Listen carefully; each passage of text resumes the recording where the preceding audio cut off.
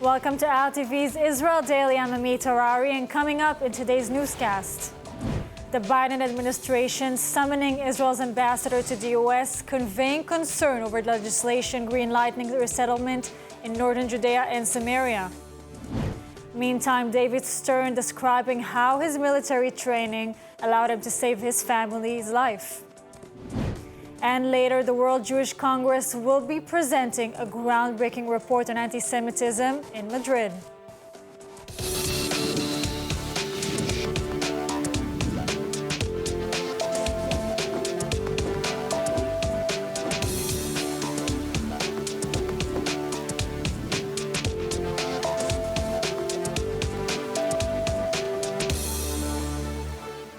Israeli ambassador to Washington, Mike Herzog, was summoned to the U.S. State Department in protest over the Knesset rescinding of the 2005 disengagement law greenlighting resettlement in northern Samaria.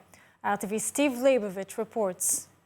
Deputy Secretary of State Wendy Sherman summoned the Israeli ambassador to express concern regarding the aspects of the decision, making clear that Israel was breaking its commitment to prohibit settlements in part of northern Samaria. The United States is extremely troubled that the Israeli Knesset has passed legislation rescinding important parts of the 2005 disengagement law, including the prohibition on establishing settlements in the northern West Bank. At least one of these outposts in this area, Homesh, was built on private Palestinian land, which is illegal under Israeli law. Then U.S. President George Bush received assurances in 2005 from then Israeli Prime Minister Ariel Sharon that Israel would withdraw settlements from areas of northern Samaria and the U.S. would back Israeli settlements in large blocks. The action also represents a clear contradiction of undertakings the Israeli government made to the United States. Nearly 20 years ago, Prime Minister Ariel Sharon, on behalf of Israel, affirmed in writing to George W. Bush that it committed to evacuate these settlements and outposts in the northern West Bank in order to stabilize the situation and reduce frictions. Likud Knesset member Yuli Edelstein championed the bill. He called it the first significant step toward the reestablishment of control over land that belongs to Israel by right. Members of the coalition visited Homesh and called for resettlement in the area to be renewed immediately. הכל קיים פה חוץ מהאנשים והבתים. האנשים שגורשו והבתים שהוחרבו, ועכשיו אנחנו באנו לתקן. פה יהיה בעזרת השם יישוב. The new law repeals the clauses of the disengagement law that banned Israelis from the area where the settlements of Homesh, Ganim, Kadim, and Sanor stood until Israeli unilateral disengagement in 2005. And joining us now to discuss the diplomatic flap over the repeal of the disengagement law is former U.S. Ambassador Dani Ayalon. Dani, were you ever summoned to the State Department for a dressing down, and how common is it for the Israeli ambassador to be summoned, actually? No, I was never summoned. It's very rare, and it's really not becoming a relationship between two great allies. So what we see here is a real deterioration of the relations. And this comes in the wake of a series of affronts to the United States and to the international community. It started with Hawara, with the Smotrich declaration that there is no Palestinian people, and showing a map where Jordan is part of Israel. And this is, I would say, the last straw. I do not call such a crisis in the relationship since 1992. That is 31 years where the United States prevented the $10 billion loan guarantees for Israel in order to absorb the Russian out of Soviet Union. Since the worst point in the relationship since then. It might be too big of a question, but what does that mean for future U.S.-Israel relations now? I hope that this government here of Israel will come to their senses. It's not accidental that the Prime Minister is not invited to Washington And the concern in Washington is that this government actually spun out of control, that there is no leader. Every minister can do whatever he feels like, and nobody calls them into order. There is no cohesion in the government. If you recall, just a few days ago, there was the Aqaba meeting between Israel and the Palestinians, and of course Jordan, Egypt, and the United States, in order to coordinate, to renew and resume the security coordination before Ramadan, the sensitive month of Ramadan. And even to that, there are some ministers who said that they do not recognize these obligations that were taken by the Israeli government. So it seems like there is a concern that Israel is hurting itself, that its, I'd say, political and strategic standing is in jeopardy, and that also endangers American interests. Dani, the U.S. says that Israel made commitments in 2005 not to rebuild in northern Samaria. Then President Sharon made an agreement with President Bush, and the U.S. even pledged in return not to oppose Israeli settlement blocks. Is that the case here? Well, this was a commitment of the highest order. And for this disengagement in 2005, the United States committed for a few things. First and foremost, to recognize the populated centers of population, Jewish actually communities in Judea and Samaria. And secondly, it was also actually strengthening Israeli strategic capabilities, and also for the first time in writing a letter of commitment by the highest authority, the President of the United States, called in writing for Israel to have defensible borders. Defensible borders is a code name for Israel's presence in the Jordan Valley. All these things are extremely important, and when the United States, they see that Israel doesn't honor its own obligations, then they may not be held to theirs, which would be very, very detrimental for Israel's interests. Now, Prime Minister Netanyahu has been in office for nearly 100 days. He's receiving lectures, as we're saying, from Biden, but not yet an invitation to the White House. You mentioned that before. What are your thoughts on this? Where do you see this going? Well, I would say that what the Americans expect is actually to come to the senses. They expect, first and foremost, to stop this craze and the amok running of this legislation in Israel for what the so-called judicial reform. The Americans do not understand it. The American DNA and political culture is to support only liberal democracies. They do not understand why Israel would shirk that path of friendship and common values on the one hand. And secondly, all the other issues that we mentioned, where Israel doesn't seem to be obliged or committed by its commitments. So I do not think that the president will invite Prime Minister Netanyahu soon, unless he stops altogether this legislation, this very controversial legislation, and also calls into order his renegade ministers who are actually talking about things that have never been heard before in public by Israeli officials.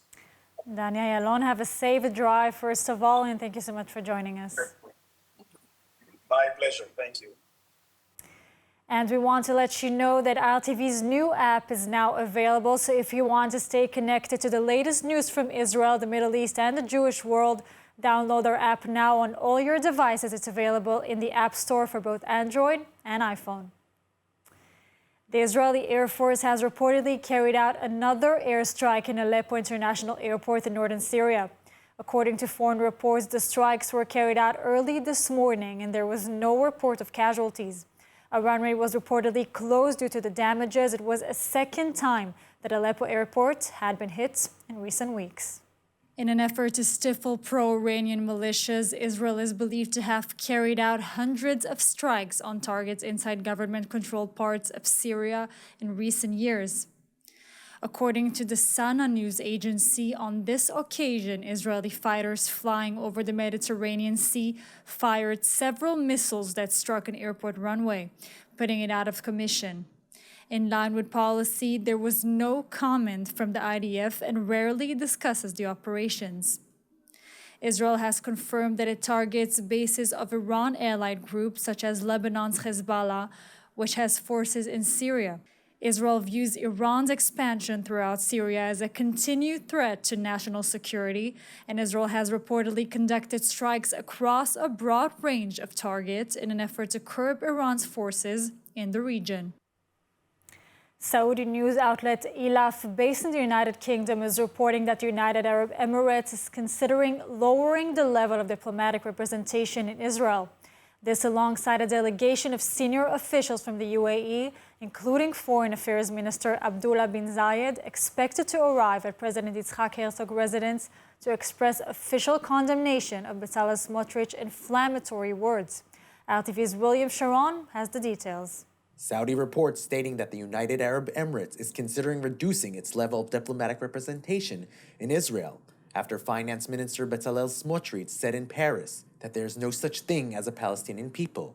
Is there such thing as a Palestinian history?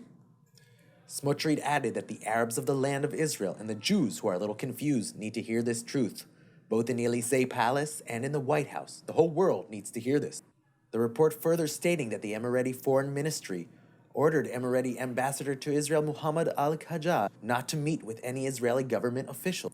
It's been a few weeks since Prime Minister Benjamin Netanyahu's office denied allegations that Israel is experiencing a crisis in its relations with the UAE after the country announced its plans to stop a purchase of an Israeli-made defense system in protest of the judicial overhaul. Last month, the UAE being among numerous countries that condemned a comment by Finance Minister Bezalel Smotrich that the Palestinian town of Hawara needs to be wiped out, calling the comment racist. Smotrich later claiming that his comment had not been sincere and had apologized for it. Wounded by a terrorist gunman in Hawara on Sunday, ex-Marine David Stern is well enough to speak about his experience. Stern is recuperating at Barzilai Hospital in Petah Tikva, and he's a true superhero. The dual Israeli-U.S. citizen described how his military training allowed him to identify the terrorist and return fire, wounding him. המחבל עבר את הכביש. אני עצרתי לו לעבור את הכביש. שמתי לב שהוא חוסם יד אחת בצורה מאוד חשוד. התחלתי מיד ללכת לאקדח. המחבל הסתובב לכיווננו, והתחלנו לראות כמעט ביחד. הוא ירה עלינו, אני יריתי עליו. The wounded terrorist tried to flee the scene, but he was captured minutes later by soldiers. קדמתי עם האוטו כמה מאות מטרים ועצרתי. והתחלתי לשים חוסם עורקים בתחפושת. ואחרי כמה דקות האמבולנס הגיע, ולקחו אותי לבית חולים. The Itamar resident called it a miracle that he survived and thanked the Israeli people for its prayers. He also had a request for security officials. תודה לכל עם ישראל על התפילות והתמיכה. אני באמת מרגיש את האהבה של כולם. תודה רבה. אני רוצה להגיד שחייבים להחזיר את המחסומים. אי אפשר להמשיך ככה. אנחנו בנס שיצאנו מהפיגוע. ומה יהיה מהמשפחה הבאה? The Knesset is moving closer to approving one of the coalition's core bills in its effort for judicial reform, which will be giving the government control of most judicial appointments if passed in its current form. Despite thousands of reservations submitted against the measure by the opposition, chaos overnight in the Constitution Committee as the committee chairman, M.K. Simcha Rotman, informed the members of the Knesset of a dramatic reduction in the time for justifying the reservations on the law to change the composition of the committee for the selection of judges. The committee reviewing the bill is expected to advance the measure today, and the final Knesset votes for the bill to become law are expected to be held next week before the Knesset takes a month-long break in April. Voting started this morning with Knesset's Constitution, Law and Justice Committee Chairman M.K. Simcha Rotman angering the opposition by switching from individual votes to voting on the 5,400 reservations in batches. The Knesset's legal advisor and the committee's legal advisor gave their consent for Rotman to switch to batch voting, which is a customary procedure when there are more than 2,500 reservations submitted, many of them repeating while the opposition objected. Reservations approved by the committee will come to a Knesset floor vote alongside the bill's second reading, and in the unlikely case that any are accepted, will be integrated into the bill and delay its third and final reading to become law. This week in Madrid, the World Jewish Congress, led by its president Ron Lauder, will be presenting a groundbreaking report on anti-Semitism to the Spanish king and foreign minister. ILTV Steve Leibovich reports.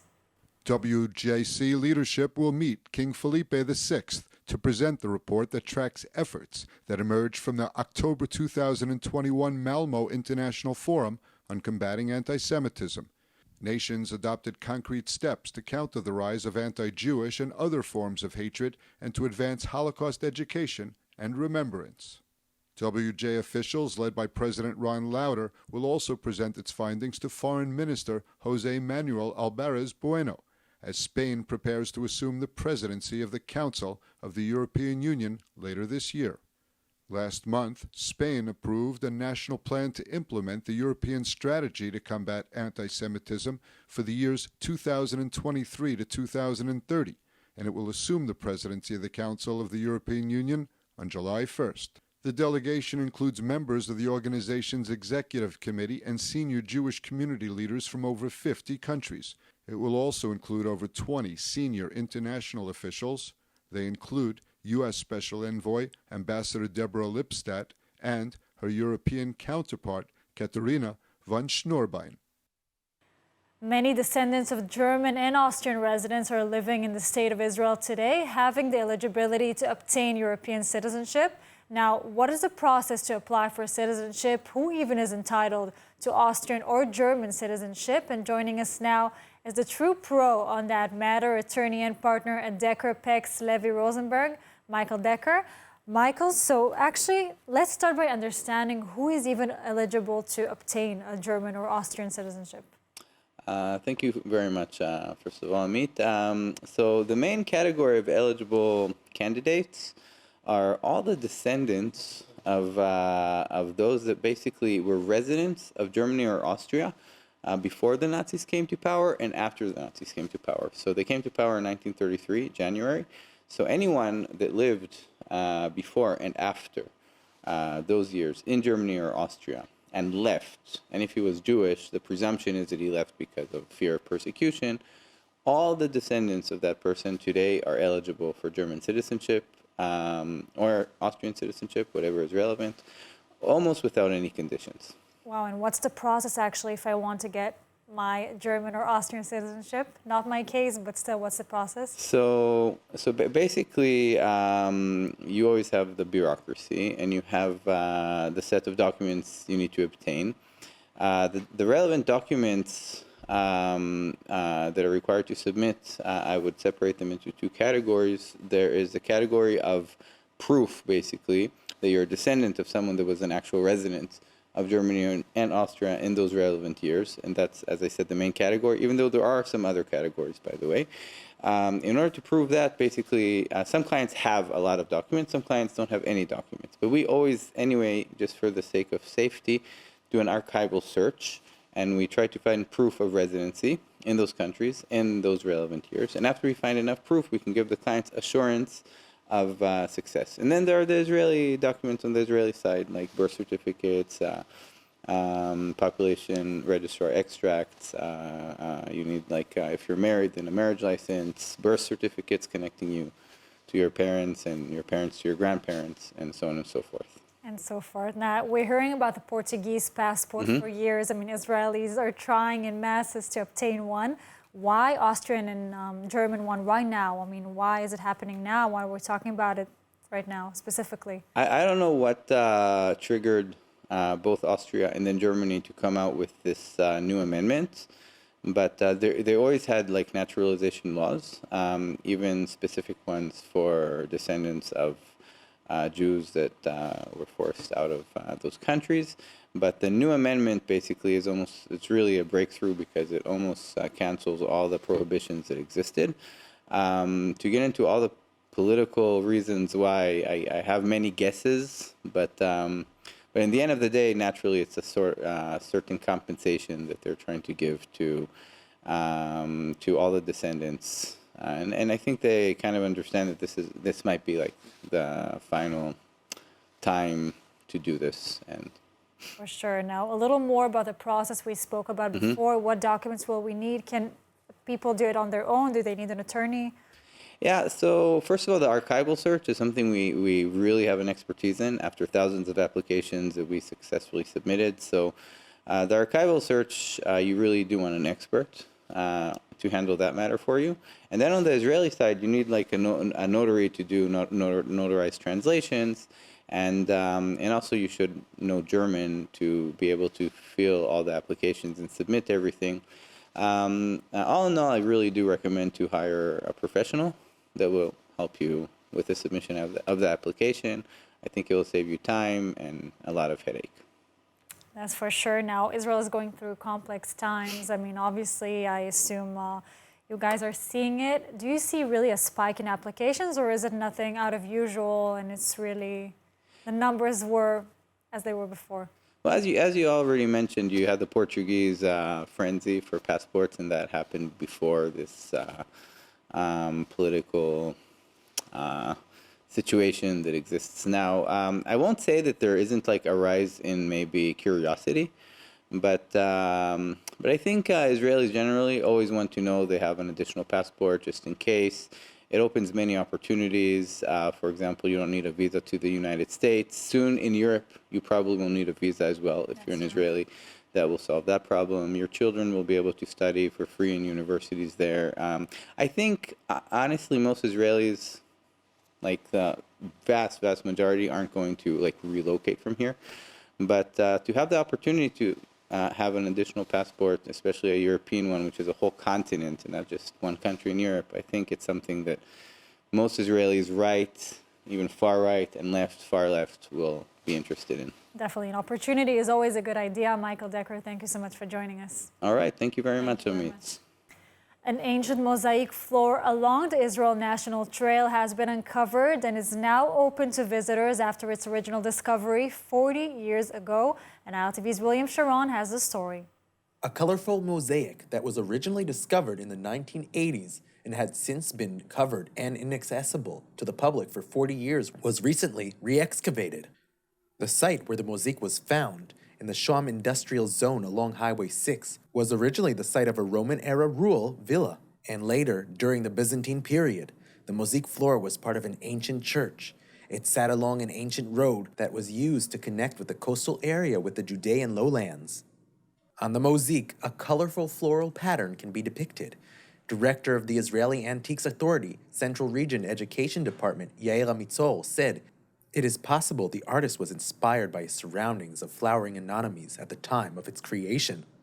According to the Israeli Antique Authority Director of Central District, Anan Azab, the site could be as old as 1,500 years old, dating back to the Iron Age or even earlier, to the Islamic period. When the Israeli Antique Authority first came across the site, it was covered in weeds and dirt. For the past month, members of the Shoam Local Council, the Israeli Antique Authority, and local volunteers have been working together to prepare this site for visitors along the Israeli National Trail.